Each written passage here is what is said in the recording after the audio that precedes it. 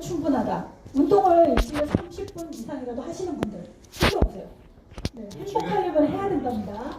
내리시고요. 생각보다 많습니다. 두 번째, 좋았던 일들을 떠올려보라. 하루를 마무리할 때 나는 감사한 일들을 생각한다 하시는 분들 혹시 새벽에 나는 감사한 일을 생각한다 하시는 분도 손 드셔도 돼요. 손 들어보세요. 난 감사한 일을 하루에 몇 가지씩. 네, 내리시고요. 그다음 세 번째, 가족이나 친구와 대화를 나누어라. 가족이나 친구와 대화를 나누시는 분. 네, 5분 이상이면 됩니다. 자, 내리시고요. 그 다음에 네 번째, 식물을 가꾸어라. 아니면 또 작은 반려동물 있죠. 그런 거를 키우셔도. 자, 식물이나 동물을 나는 기른다. 네, 자신있게 손 드시면 됩니다. 행복하신 분들이 많습니다. 그리고 TV 시청을 조금만 한다. 나는 많이 하지 않는다. 아니면 아예 하지 않는다. 손 드시면 돼요. 네, 많습니다. 그 다음에 여섯 번째는 나는 미소와 인사를 잘한다 하시는 분. 미소와 인사. 네. 인사만 잘해도 이거 사회생활 50% 이상 먹고 들어가게 하죠. 그 다음에 일곱 번째, 친구에게 나는 한 번씩 전화를 한다. 친구와 약속을 해서 만난다. 친구 다 끊으셨습니까?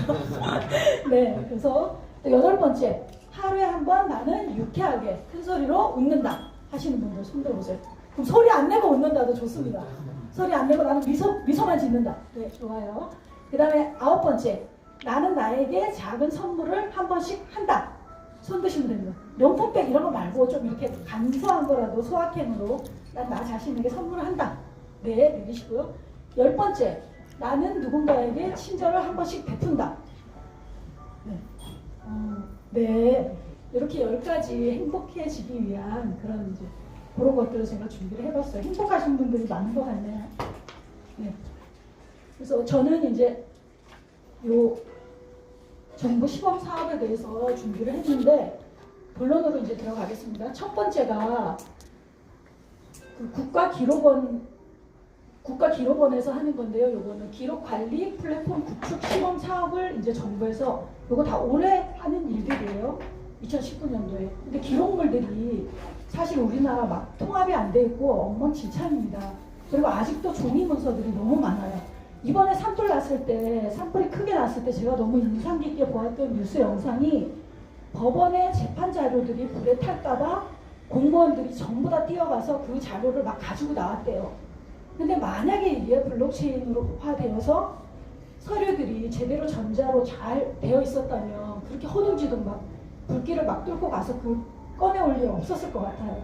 그래서 제가 진짜 이게 시급한 일이구나. 전자정보가 되는 것도 그리고 기록물 관리 이런 것들이 굉장히 필요한 일이구나 하는 생각을 제가 다시 한번 하게 되었어요. 그래서 여기 보면 기록물의 생산, 관리, 이관 등의 과정을 거치면서 누락되거나 변경되는 경우들이 많아요. 서류들이. 근데 그런 것들을 블록체인으로 하게 되면 그런 것들이 없어진다는 거예요. 블록체인의 가장 큰 특징은 불변성과 투명성입니다. 블록체인은 한번 등록을 하면 제일 첫 번째 등록한 것이 사라지지 않아요. 없어지지 않아요. 바꿀 수도 없어요. 이게 불변성 첫 번째 특징입니다. 그리고 누구나 다 볼 수 있게 투명성이 있다는 거예요. 그래서 그 두 가지 점이 이제 잘 기억을 하고 들으시면 되고요. 블록체인을 활용하여 관리하면 기록물의 위변조를 막을 수가 있는 거예요. 불변성 때문에. 그런데 또 잊혀질 권리라는 말도 들어보셨죠? 잊혀질 권리 그 부분에 있어서는 또 블록체인이 조금 더 생각해 볼 문제들이 있는 거예요. 나는 그걸 없애고 싶은데 나는 그걸 잊혀지게 하고 싶은데 하는 그런 일들이 있을 수 있어요. 근데 그런 이야기도 나오지만 불변성이 일단 장점이라고 생각이 되고 이제 그걸 이용해서 하다 보면 관리 비용이 많이 감소가 된다는 거예요. 두 번째는 이건 방위사업청이에요. 방위사업청은 방산비리라는 말 들어보셨죠? 그리고 로비스트 막 그런 거 들어보셨죠? 인다김 막 이런 사람들 전부 방위산업이 엄청나게 대규모 예산이에요.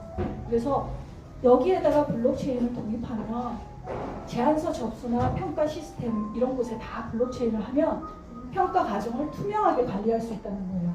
그리고 접수 과정의 효율성도 높일 수 있다는 거예요.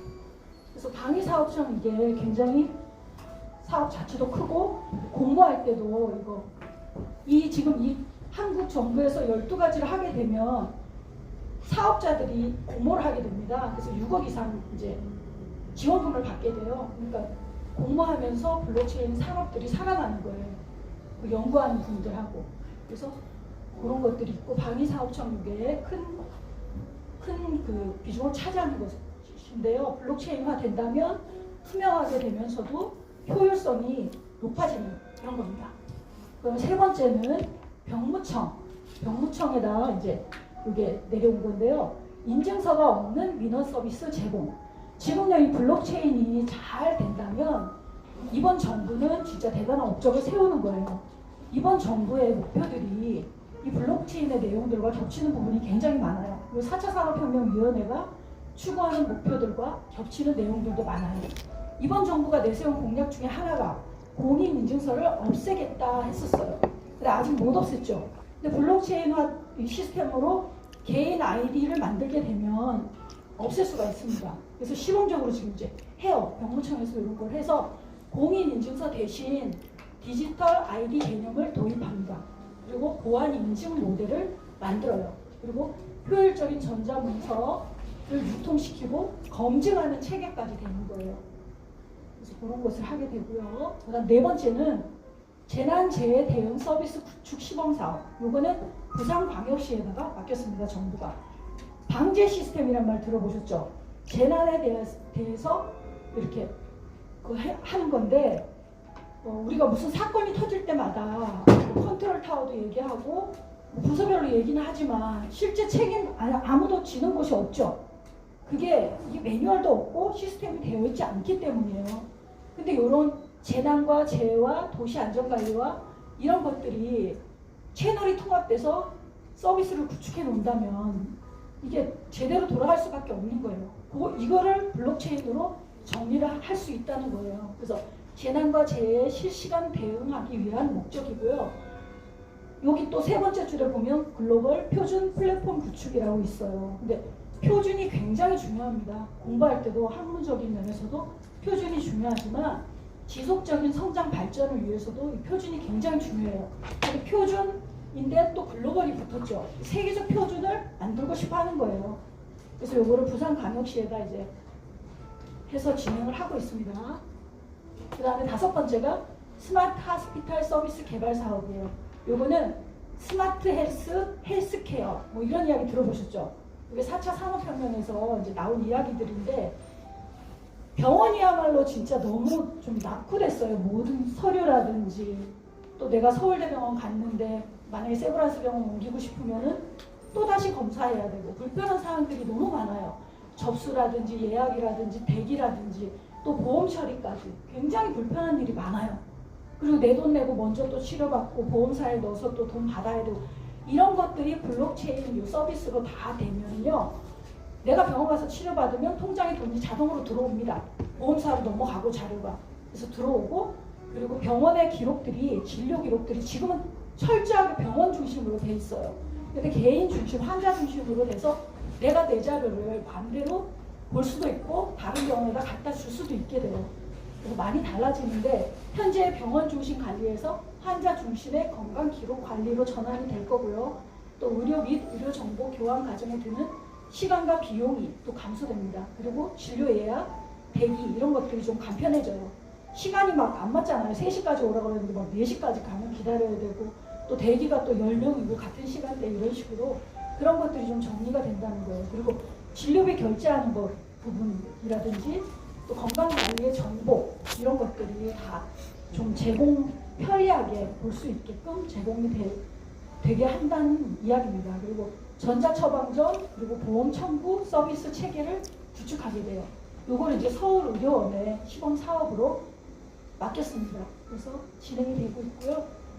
그 다음에 여섯 번째는 시간제 노동자의 권익 보호를 위해서 서울특별시에다가 이 부분을 맡겼습니다. 그래서 근로계약서라든지 또 근태관리, 급여 명세서 이런 것들을 블록체인으로 해서 정보를 넣어서 활용해서 노동 환경을 개선하고 노동 생산성을 향상시키겠다고 지금 이제 하고 있어요. 근데 제가 이거 왜 하나 가만 생각을 해보니까 최저임금에 관한 이야기들이 너무 말이 많잖아요. 그렇죠? 부정적인 시각도 많고.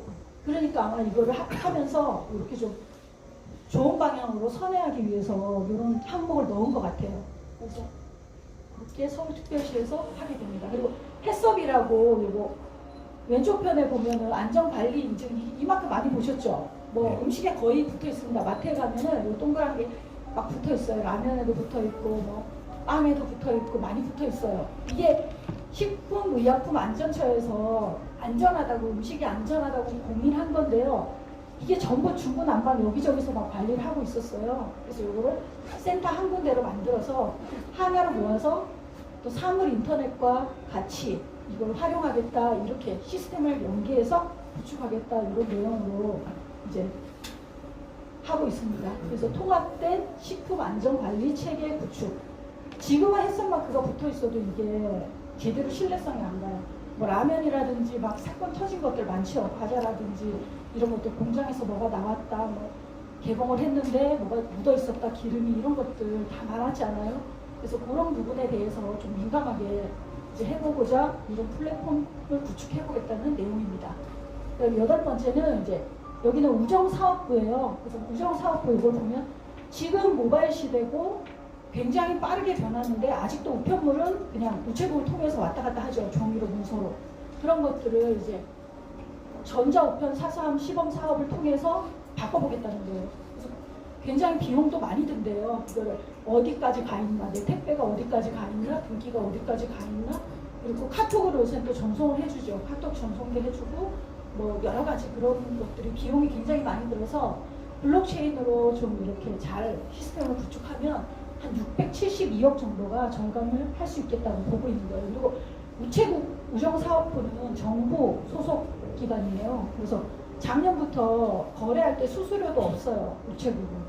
뭐 송금한다든지 할 때도 수수료 없이 지금 하고 있는 곳이 우체국입니다. 그래서 온라인 전자우편을 활성화하고 여기서도 블록체인 공개키 아이디 사용이란 말이 나와요. 공인인증서 말고 공개키 아이디를 사용해보자 하는 이야기가 나와요. 아마 이번 정부에서 진짜 공인인증서만 없애도 큰 일을 하지 않는가 그렇게 생각이 들어요. 외국에서는 공인인증서를 많이 사용하지 않는다고 하더라고요. 불편함이 많잖아요. 비밀번호 까먹기도 하고 또 기간 되면 또 다시 또 갱신을 해야 되고 이러니까 그런 부분이 있고요. 그 다음에 9번째는 이제 전라북도 인공지능 관광 설계 시스템이에요. 이거는 이제 그 코인 들어보셨죠? 코인인데 페이라는 말 들어보셨죠? 서울에는 뭐 제로페이 뭐 이런 식으로. 여기 전북도는 올페이라고 해요. 그래서 올페이를 가지고 이제 사용할 수 있게 지역 화폐 시스템을 만들었어요. 근데 제가 교통카드도 전국이 다 되는데 왜 페이는 왜 다 지역별로 다르지 이런 생각을 해봤어요. 근데 이게 다른 게 맞아요. 달라야지 지금 지자체니까 달라야지 거기서 재원이 되는 거예요. 관광도 재원이 되고 또 어떤 페이를 돌렸을 때 그 지방별로 재원이 돼야 되는 거예요. 그래서 아마 지방별로 그 페이를 만드는 것 같아요. 그리고 전주 한옥마을부터 해서 지역 관광 산업을 활성화한대요. 이게 또 지방자치제이기 때문에 지역 관광에 대해서 많이 신경을 써요. 그래서 뭐 서포터즈 단위라든지 또 지역 홍보라든지 뭐 페이스북 페이지만 해도 지역별로 다 나오잖아요. 그래서 관광 수입도 굉장히 큰 수익이 되나 봐요. 그래서 그런 것이 있고 또 블록체인 기반의 스마트 투어리즘이라고 이름을 붙였어요. 그래서 관광객에게는 맞춤형 여행 정보에 대한 정보를 주면 보상을 해줘요. 요새 이런 것들이 많아요. 플랫폼에다가 내가 정보를 올리면 보상을 해줘요.